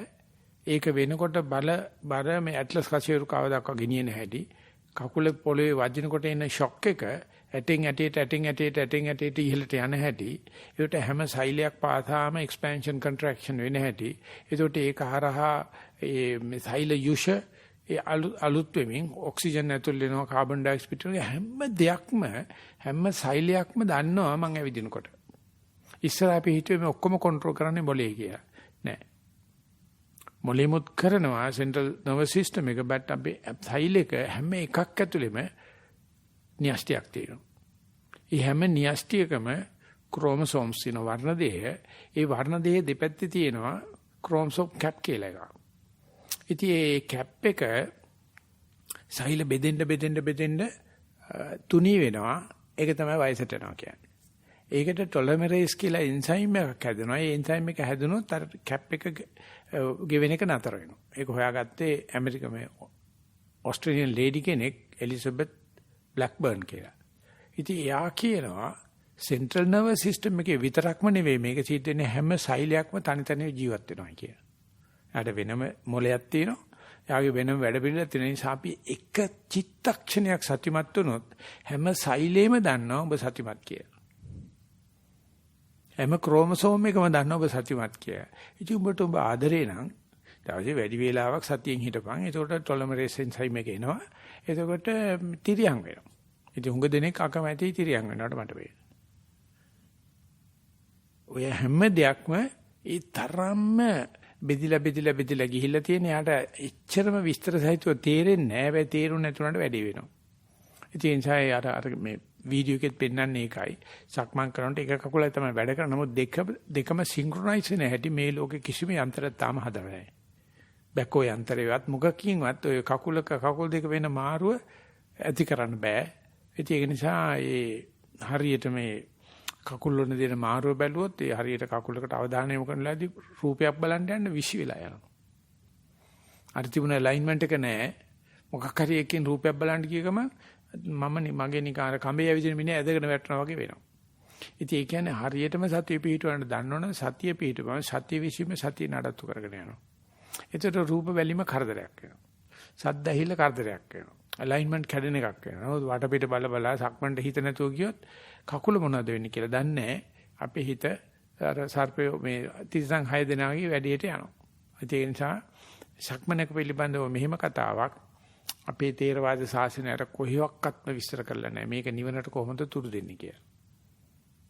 ඉතින් ඕක තමයි සිංහලයේ අතහැරපු දේ එදා ඉඳලා සිංහලයේ බාල්දුනා. අපි බොහෝම ප්‍රෞಢ જાතියක් වශයෙන් ඉඳලා අපිට ඕක මතක නැති වුණා. ඕන තැනක යන්න රහතන් වහන්සේලා වැඩ හිටිය පරණ ස්ථානක සක්මනක් වේදම් කරන මේ හෝල් එක හැදුවට වැඩි වේදම් කරලා. ඒ තරම් අලයින් කරලා හදලා තියෙනවා ගිහිල්ලා බලන්න රිටිගල ඒ වගේ තැන්වල එක සක්මනකට වේදම් කරලා තියෙන තරම්. ඒ ගල් පූට්ටු කරලා තියෙන්නේ හරියට වතුර යන්නේ නැති වෙන විදියට. එක හාමුදුර කෙනෙකුට සක්මන් කරන්න. දැන් පන්සලට ගිහිල්ලා බලන්න කොහේ සක්මනක් තියෙන්නේ කියලා. අත්‍යවශ්‍ය දේවල් ලයිස්තුවක් දාලා තුන දෙසරයක් මම දැක්ක බුදුසරණ පත්‍රේ පන්සලක තිබිච්ච අත්‍යවශ්‍ය දේවල්. සක්මන නෑ ගාන්ට අරකුළුණක් තියෙන ලොකුවට. ලවුඩ් ස්පීකර් සෙට් එකක් තියෙන්න ඕනේ. ඒ ශබ්ද ඔක්කොම තියෙනවා. සක්මන නෑ. ලංකාවේ සංඝයා නැති ඉඳලා ඉතින් ප්‍රශ්නයක් නෑ. මේ උපේක්ෂා වූ අනම්මනම් අර මේ කියන්න යන්න එපා. මම මේ කිව්වයි කියලා. ඒක තමයි ලංකාවේ හැටි. එදා ඉඳලා ඕනම කෙනෙක් රිසර්ච් එකක් කරලා බලන්න ලංකාව ආර්ථික වශයෙන් පිරිච්ච ඇති, දේශපාලන වශයෙන් පිරිච්ච ඇති, සමාජික වශයෙන් පිරිච්ච ඇති. අපි සක්මන් නොකර හිටපු නිසා කවදා හරි අපි ආයෙත් මේ සක්මන් අඳුන්ලා දුන්නොත් පුදුම ප්‍රෞಢ જાතියක් වෙනවා අපි. අපිට කාගේවත් මොනක්වත් ඕනේ නැහැ. හරි කිසිම දෙයක් ඕනේ නැහැ. අපි ළඟ ඒ හැකියාව තියෙනවා. නමුත් අපි දැන් බාල්දු වෙලා. ඒ මොකද කකුල් දෙක විශ්වාසයක් නැහැ අපිට. 3 wheeler තමයි. ඒ තරමටම මෙතෙන් ලතෙන් යන්න 3 wheeler. අපි පුංචි කාලේ ඉස්කෝලේ යනකොට දවසට ඇතැම් එකමාර දෙක ඉස්කෝලේ දැන් කිට්ටු කරන්න බෑ. ඒ නිසා සක්මන් භාවනා කරන මිනිහා නිවන් දකි කියලා මං කියනවා. ඒ කියන්නේ සක්මනේ තියෙන පියවර පාස නිවනට යන්නේ. ඒ නිසා ඒකයි ඔය වීඩියෝ හදා අපි පෙන්නන්නේ. දැන් ඊගාට පෙන්වන වීඩියෝ වල තියෙන අනෙකුත් ක්‍රියාකාරකම් කරන ගම. බොහොම සංකීර්ණ ක්‍රියාකාරකම් කරන ගමන් අපි සතිය පිටවන්නේ කොහොමද කියලා ඒකට අපිට පදනම සකස් වුණේ ළමයින්ගේ සති කැම්ප් එකේදී දවස් 3ක ඒකේදී ඒගොල්ලෝ ප්‍රොෆෙෂනලි ඇවිල්ලා ළමයින්ට ඒවා කියලා දීලා ඒ ළමයින්ගෙන් අහනවා ප්‍රශ්න කරනවා මේ වගේ සංකීර්ණ ක්‍රියාවලියක් කරනකොට කොහොමද සතිය පිටවන්නේ කියලා. So we are going to see some short clips while we are doing mindful activities, how can we maintain mindfulness? So hopefully they will help you to maintain mindfulness in day-to-day activities. තව එක සිංහල ප්‍රශ්නයක් තියෙනවා මේක ඉවරුනහම යන්න එපා. ඒ ප්‍රශ්නය ගන්නවා. ගියාට කමක් නැහැ ප්‍රශ්නේ අහන්න ඕනේ නැත්තම්. Okay, that's all. This is the first time I also saw this because I had no chance to go to the kayaking, not climbing and not archery. Only I see already film thing.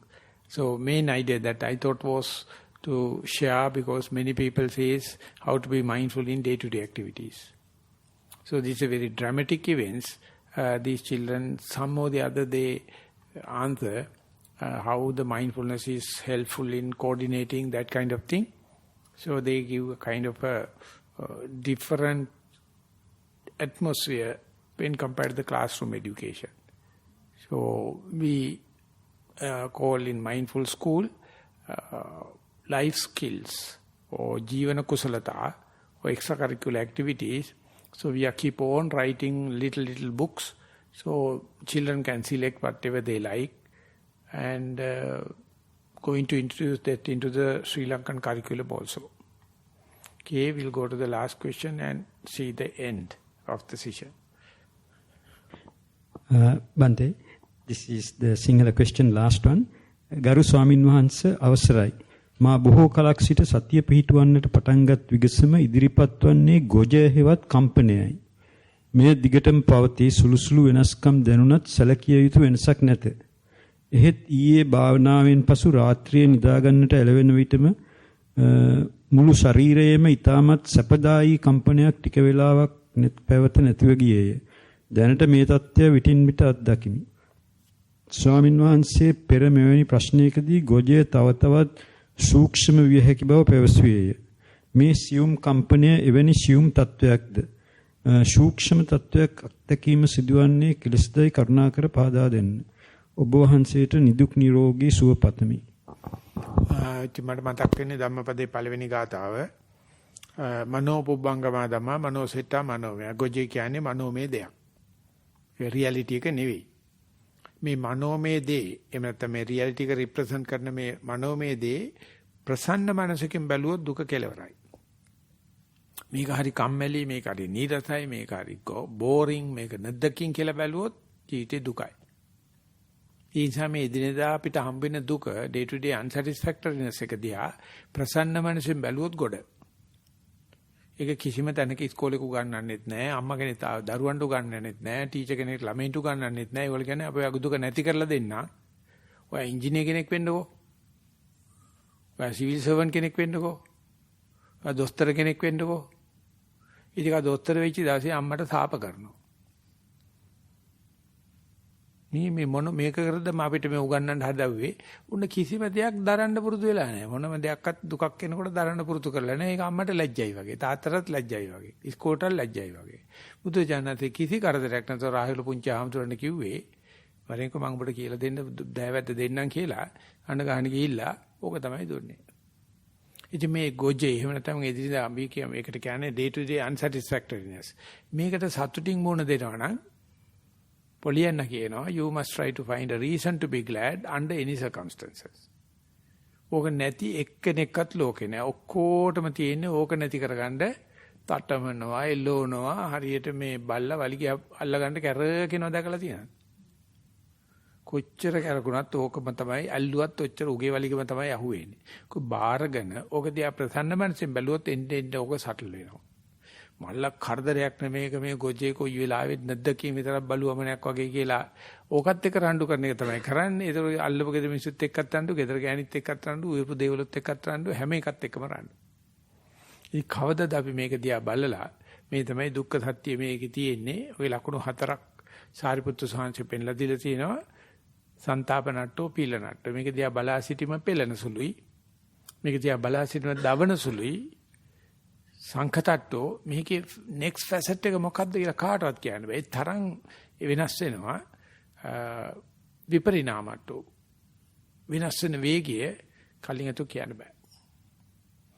මේක දිහා නොහෙලා පිල්ලන් නොහෙලා මේක දිහා බලන්න හිටියොත් මායයත් පරාදයි, දුකත් පරාදයි. අපි ළඟ තියෙන අනාගත බලාපොරොත්තු අනම්මනම් මොකුත් නැහැ. වැඩ ඔක්කොම Tamange නහයට තියෙන. ඉතින් ඒක වෙනුවට තමයි අපි හිතන්නේ නෑ මේක හදාගන්න අපිට ආර්ථිකය හදලා ඉන්න ඕනේ. දේශපාලනේ හරියලා තියෙන්න ඕනේ.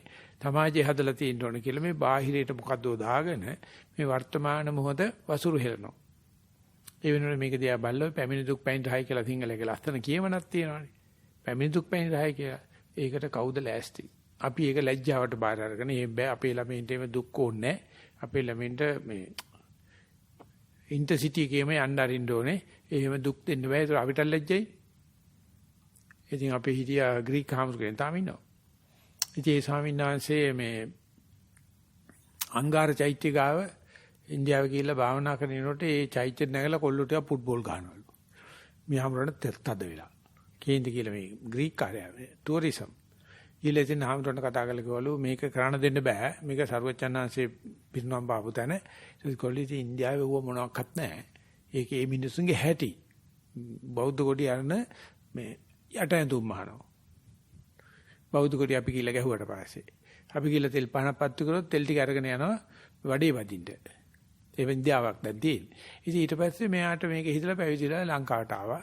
පළවෙනි වතාවට අම්මයි තාත්තයි ආවා අපේ ලොකු සාංශි ඉන්න වෙලාවේ. තාත්තට තිබුණා ගට්ස් ලොකු සාංශිලා ඇවිල්ලා වඳින්න. අම්මට ලොකු සාංශි පෙන්වන්න බෑ. ඉතින් ග්‍රීස් භාෂාව සිංහල දාන්න ට්‍රාන්ස්ලේටර් කෙනෙකුත් හිටියා. ඊට පස්සේ කිව්වා මේ ලොකු ස්වාමීන් වහන්සේ තමයි ඉතින් මෙහෙම කිව්වා මට ඔය මොකක්වත් එපා මගේ මස් ඔය. ඔක මයි ළඟ ඉන්න ඕනේ. මෙහි ඉඳලා මේ දුක් විඳිනවා දකින්න මම කැමති නැහැ. කියලා ඉක්කි බිඳ අඬනවා. අම්මා කියනවා වරෙන් ගෙදර මොනවද මේ කරන වැඩේ මේ දුක් විඳගෙන මැරෙන්න හදන කියලා. තාත්තා කිව්වලු තාත්තා ෆිලොසොෆර් කෙනෙක්. ඒලු කාරණා තුනක් නිසා මම ඔබට අකමැති. එකක් තමයි ඔබ පැවිදි වුණා බෞද්ධ වුණායි කිව්වොත් අපේ පල්ලිය මට මිනිහ වල්ලන්නවත් ඉඩ දෙන්නේ නැහැ. එක. දෙක මං වගේ යමක් කරන්න පුළුවන් මිනිස්සෙගේ පුතා ඇයි මෙච්චර දුක් විඳින්නේ කියලා අසල්වැසියෝ මට බයිනවා. මේකට ආන්සර් කරන්න ඕන තවත් මොකක්ද දෙයක් කියලා තියෙනවා. මොනම දෙයකින්වත් දැන් තාත්තත් එක්ක කතා කරන්න බෑ.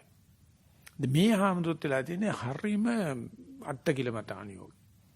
හරීම ආඩන්. පස්සේ මේ හාමුදුරුවෝ තියෙනවා මේ වැඩේ හරියන්නේ නැහැ කියලා තාත්තත් එක්ක අයවරක් ගහන ගමන් කිව්වලු මේ සොක්‍රටිස් කියලා තියෙනවා සල්ලි පාවිච්චි කරන මිනිහා හිඟන්නේ කියලා. වසලෙක් කියලා. බුදුහාමුදුරුවෝත් කියලා තියෙනවා. නෑ. සල්ලි පාවිච්චි එපයි කියලා තියෙනවා. කියලා තාත්තා පොඩ්ඩක් එස් කියලා තියෙනවා සල්ලි පාවිච්චි කරනවා නම් කාමේ තමයි.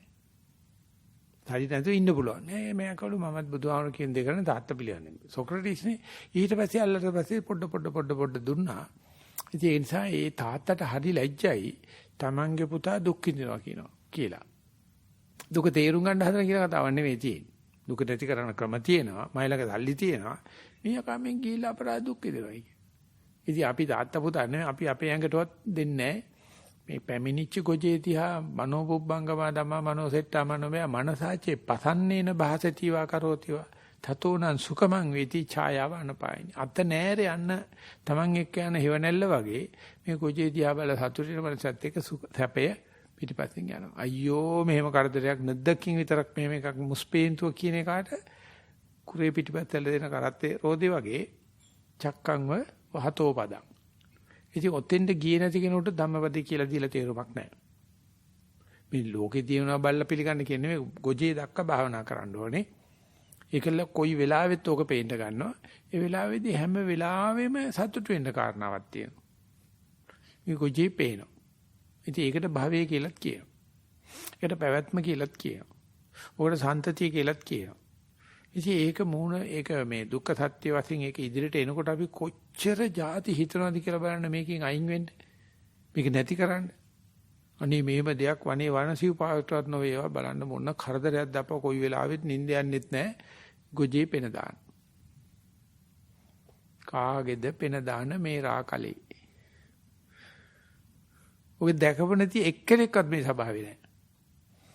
නැවත ඒක දකින්නකොටම නැදකින් කියාගෙන තමයි බලන්නේ. ඉතින් කොහොමද මේකට අපි ඒ පොසිටිව් තින්කින් පැත්තට දාන්නේ? මේක සුබ පරමාර්ථයෙන් බලන්නේ. මේක ග්ලෑඩ් මයින්ඩ් එක මේකට අරන් දෙන්නේ. ඉතින් කැන්සර් ඇතිච්ච ළමයෙකුට සතිය කියලා දුන්නාට පස්සේ කැතලික් ළමයෙක් යා ලියුමක් ලියලා තියෙනවා. මට කැන්සර් නිසා ටෙන්ෂන් නැහැ.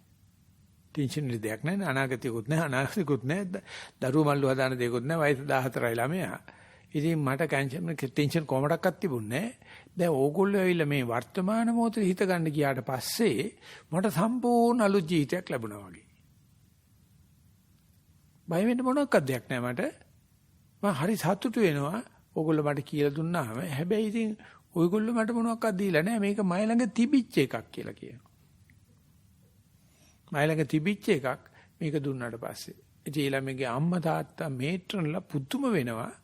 මේ හෙටානින්ද මැරෙන්න ඉන්න ළමෙක් මේ වගේ ප්‍රකාශයක් කරන්නේ කොහොමද කියලා. ඉතින් අපිටත් කවදා හරි කැන්සරයක් ඇවිල්ලා ටර්මිනල් වෙනකන් තමයි යොත් ඇටමිල්ල තටමන්නේ. එතකන් අපිට මේ කැසට කිමිසර දත එකක් කොට බඩ එකක් කොට බෙහෙත් හොයනවා. හෙට තෝ මැරෙනවා කියපු දවසේ ඉවරයි. ඔක්කොම ඉවරයි. ඉතින් කාට හරි දෙන්න පුළුවන් නම් මෙඩිකල් සර්ටිෆිකේට් එකක් there is a fast growing tumor in your brain කියලා අන්න ඌ එදා ඉඳලා holistic food හොයනවා. යෝගා හොයනවා. භාවනා මධ්‍යස්ථාන කොහෙද තියෙන්නේ කියලා අහනවා. කල්යාණ මිත්‍රෝ කොහෙද ඉන්නේ කියලා අහනවා. පාරි ඉගෙන ගන්න කොහෙද තැනක් තියෙන්නේ කියලා තව මාස දෙකනේ තියෙන්නේ. අනේ ඔය වගේ එහෙන ගෙඩියක් දෙන්න නැත්තම්. තව ලංකාවට තව එක සුනාමියක් එවා ගන්න නැත්තම්. සුනාමි ආපු දවසට නිසනවනේ හැමදම හවුස්ෆුල් නේ. හැම කාමරෙම පිරලා. සුනාමි ආවේ නැත්තම් කට්ටිය කියලා පෙන් කෙලිනවා, ලව් කරනවා, ප්‍රේම ජවනිකා එහෙනට. තව සුනාමියක් එවුවා කාඩිනල් කියනවා එංගලන්තේ කාඩිනල් කියනවා අපේ ආගමේ හැටියට සුනාමි යන්නේ දෙයයන් ආන්සනේ. මේ වගේ සුනාමියක් ඇවිල්ලා 55000ක් ලංකාවේ වරන එහෙම තියෙද්දිත් මේ මිනිස්සු දෙයියෝ අදහන එක ගැන මට පුදුමයි කියලා. එංගලන්තේ කාඩිනල් කියන්නේ. උද ඔක්කොම දෙයයන් ආසික වනා වෙන්නේ සිද්ධ වෙන්නේ. අපිට එහෙම කාඩිනල් මොකක්වත් නැහැ බුදුජානනාංශය අපිට කියලා තියෙන මේ පැමිණි දුක් පැමිණිරහයි කියලා. ඔඩ ගොජේ කිව්වත් එකයි ඔය සන්තති කිව්වත් එකයි ෆ්ලක්ස් එක කිව්වත් එකයි ගොඩක් දේවල් කියනවා එක එකනාගේ භාෂාවල වල හැටි. ඒක දැකප නැති කෙනෙක් නෑ අපි කවදද මේකට මූණ දෙන්න. මේ කෙලින් බලන්න පුරුදු වුණොත් අපි ඉගෙන තියෙන ඔක්කොම දේවල් බිඳුවට බයිනවා. පැමිණිච්ච තමන් ළඟ තියෙන එකම අගේ කරන්න පුරුදු වෙනවා. එතකොට තමයි කවදා හරි බුදුන් කියන්නේ කවුද කියලා තේරෙන්නේ. අපි එතකම් බුදුහාම කියන්නේ 18 රියම් බුදු පිළිමයක් ලස්සනට රැස් වීජනවා. ඌර්ණ රෝම කෝපේ මේමයි, දත්න ධාතුව මේමයි එන්න විස්තර කිය. මට සාධාරණ දැකයක් තියෙනවා බුදුහාමර දැක්කොත් අඳුර ගන්න පුළුවන් වේද කියලා. ඔය කොච්චර බයිලා කතා කරත් මේ අපි හදන බුදු පිළිම අමුතු වෙන්නේ හදන්නේ. දැන් මෛත්‍රී බුදුහාමර ඇවිල්ලා බැරි වෙලා හරි ඇඩ්‍රස් කාඩ් එක දුන්නේ නැත්නම් අපි ටටා කියලා යයි. දැන් මේ පින් කරන්නේ මෛත්‍රී බුදුහාමර දකින්න තමයි. මොකෙන් බලන්නේ? තමන්තුල බුදුහාමර දැක්ක නැත්නම් කොහේ එළිය දකින්නේ? ඒ නිසා කරනවා නම් දැන් බොල කරනවා නම් තෝ බොල කරනවා නම් මෙතන බොල ඉන් යහට කරන දෙයක් නෑ. ඒ නිසා ගොජේදියා ප්‍රසන්න මනසකින් බලන් ඉගෙන ගන්න. ඒක මුස්පේන්තුවක්වත් ඒක නැස්චාර්තයක්වත් ඒක උච්ඡේදයක්වත් නෙවෙයි. ඒක තමයි බුදුචානන්සේගේ පණිවිඩය. ඒක තමයි ධම්මපොතේ පොත අරිනකොටම තියෙන. ඒ නිසා මේක දිහා ප්‍රසන්න මනසින් බලන්න ඕක එන්න සටල් වෙවි පුදුම ගැඹුරකට අරයි යනවා. The questions? Yeah. So before finishing the session, if anyone is having any comments or any question, otherwise we are going to end the session. Bante, I was thinking, you were talking about pain to that gentleman, and it came to my mind about Buddha. Like, I'm just wondering whether we have to take the middle path in everything, because didn't Buddha say to Ananda, Ananda, I'm very tired. Can you please make a place ready for me to lie down? At some occasion, I can't remember the details. And then when he was actually dying too, didn't he say, Ananda, I'm very thirsty. Please get me some water from somewhere. So Buddha, who found the Four Noble Truths of dukkha, didn't say, I will tolerate this pain and wait. He asked Ananda, bring me some water, set a place up for me to rest. So I was just wondering whether we should practice the middle path even where pain is concerned, not tolerate it and bear up with pain. Is that so necessary? Yeah. So if you wish, you can make a big fuss out of that pain, or you can ask little water. It's very practical. And if you are tired, you can take a rest, no problem. It is not reacting with the pain. That is what you do out of compassion to your body. That is called body knowledge. We are often go beyond body knowledge. Because we think body in a very sophisticated way. So if you are using body knowledge, the world need not so much of resources. so much of basic things. But body knowledge can tolerate with bare basic needs. But we are not with body knowledge. We are not asking water. We are always asking vodka or arak or something like that. So that is what the painful people are doing. So asking water it's quite humanistic and quite body knowledge. Yeah. And now the wondering thing is, even after becoming a Buddha, he is suffering. Thank you. Yeah, he is suffering. We can't say no suffering, Buddha has separate kind of suffering, no. But he is not making a fuss out of that.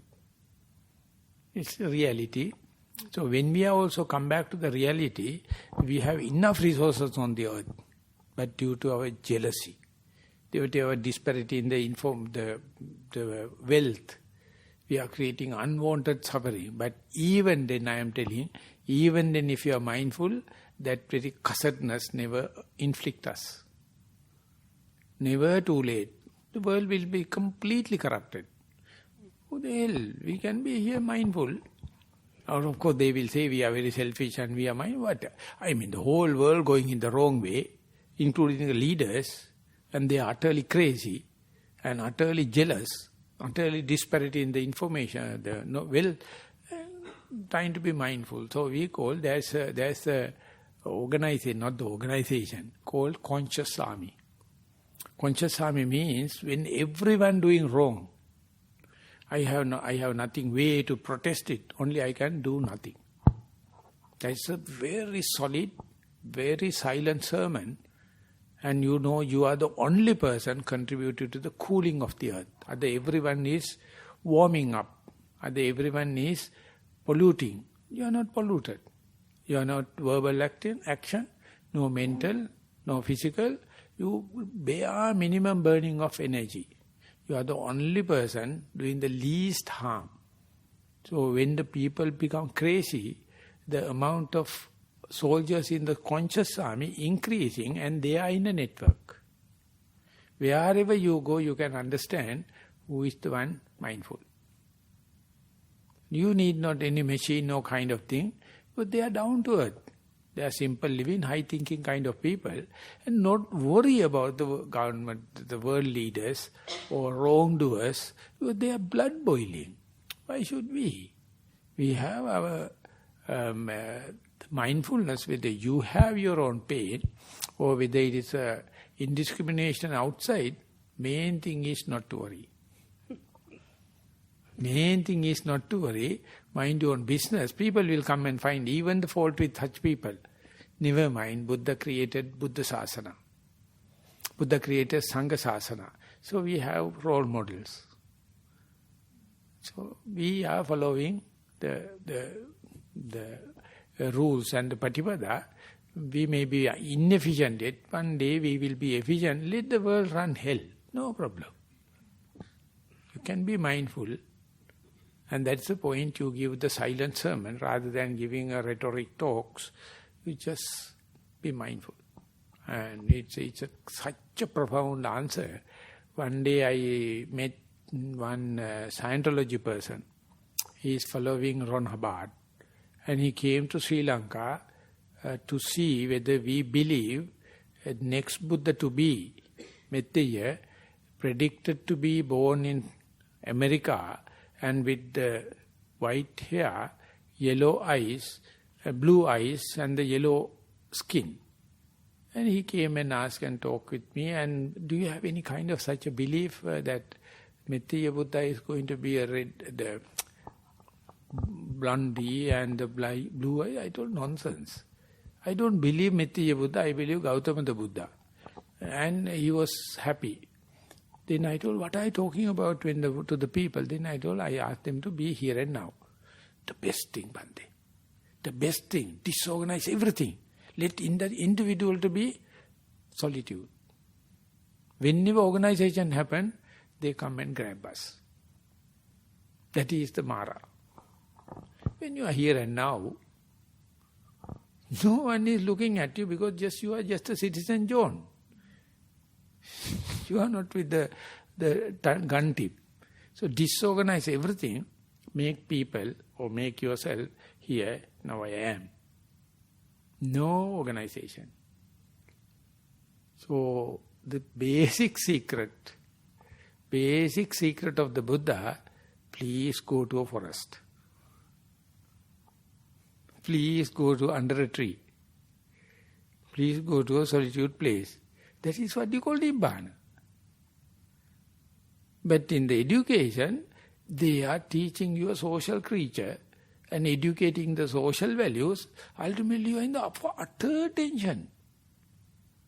Because you are living on other sides whenever you are in the society. So Buddha says that solitude or isolation or happiness or contentment, it's you are born with. So therefore, whether it be internal pain or external pain, whenever you learn mindfulness, each and every distraction is a kind of a challenge. And we are happily, I would say, on the way. The day we understand what does it mean by the Nibbana, what does it mean by the Buddha, it will be an amazing surprise. Because whatever we are thinking about that is utterly falsified. They are expressed ideas. The Taoism, it says, whatever the expressible is not eternal Tao. Anything expressed is corrupted. You understand the present moment, each and every time it is fresh. Thank you. With regards to mindfulness, Bhante, I was thinking, mindfulness is excellent, but unless it is combined with sila and social intelligence, it can be dangerous, I felt, because, for instance, somebody could very, slowly, mindfully aim at someone's heart and kill that person, mindfully, and same as stealing or whatever, and some wise IT person could press the right button to him and destroy the whole world, blast up the whole world. So I think the sila is very important to go with the mindfulness, because in the film you showed all these lovely innocent children, but there can be corrupted minds, and where will mindfulness take them? So it's something you are thinking or you are mindfully talking? Mindfully talking. Nonsense, bullshit. I started mindfully as utterly without any sila. I kill fish. I don't know mindfully or not, after started mindfulness. Everything I did, but ultimately made me, I can't say I'm a cultured person. So don't worry, don't predict like that. This is what you think, but that is not the case. Even mindful or not, you can be corrupted. But the mindfulness is giving opportunity. It's not leading you. So if you are an opportunist, you know how to make use it. So therefore it is not an attributable quality of the mindfulness. So some people use anything in a wrong way. Because I know in the business world they are using mindfulness. Never mind. Due to business Buddhism only now mindful went to the West. Some people are benefited. I know it would have gone in the volunteer way, it would have gone into the preventive way. But you can't expect everything to happen. But when compared to our parents and grandparents, now world is little mindful. Yeah, that's true.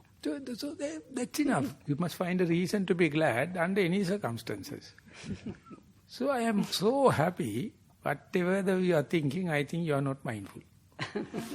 Whenever you are thinking, you are not mindful. But I still feel mindfulness should go in conjunction with moral shame and moral... No, when you are talking, you are not mindful, I am telling you. Because you are thinking. I am also talking. But 40 years of experience made such an evolution in my life. I never attribute a single reason. There are multiple reasons creating multiple products. It's a three-dimensional thing. So you can't say this is the only relative factor or proximate cause. There are a lot of things. So each and everyone understand from different point of view. So when we are expressing it, it becomes partial. It becomes half-hearted, half-boiled. So when you are practicing mindfulness, it is leading to the completeness, or leading to, I would say, contentment. Yeah, thank you, Bhante. I think you're right, because I think people are really good people. Really, so whatever maybe, Bhante is right. That is our Karakasabha also understand at in Nissarana, no arguing with you, Bhante, at last you are the right. So Bhante had an insight while doing walking. No, now I think there's a complaint telling that we are dragging it. So 9:40, that means 2 hours. So therefore, someone suggesting to cut down into the 1.5 hours. So introducing videos also little off the track. So that is also I thought of, but sometimes it may be some complaints also. So therefore, so if you have anything, please write for the tomorrow, and we'll go for. And that will be the end of the day's program. So we are going to take few minutes to recite the traditional stanzas to share merit with all the seen and unseen beings. Ettavata changamme hi sambhatang punya sampadang.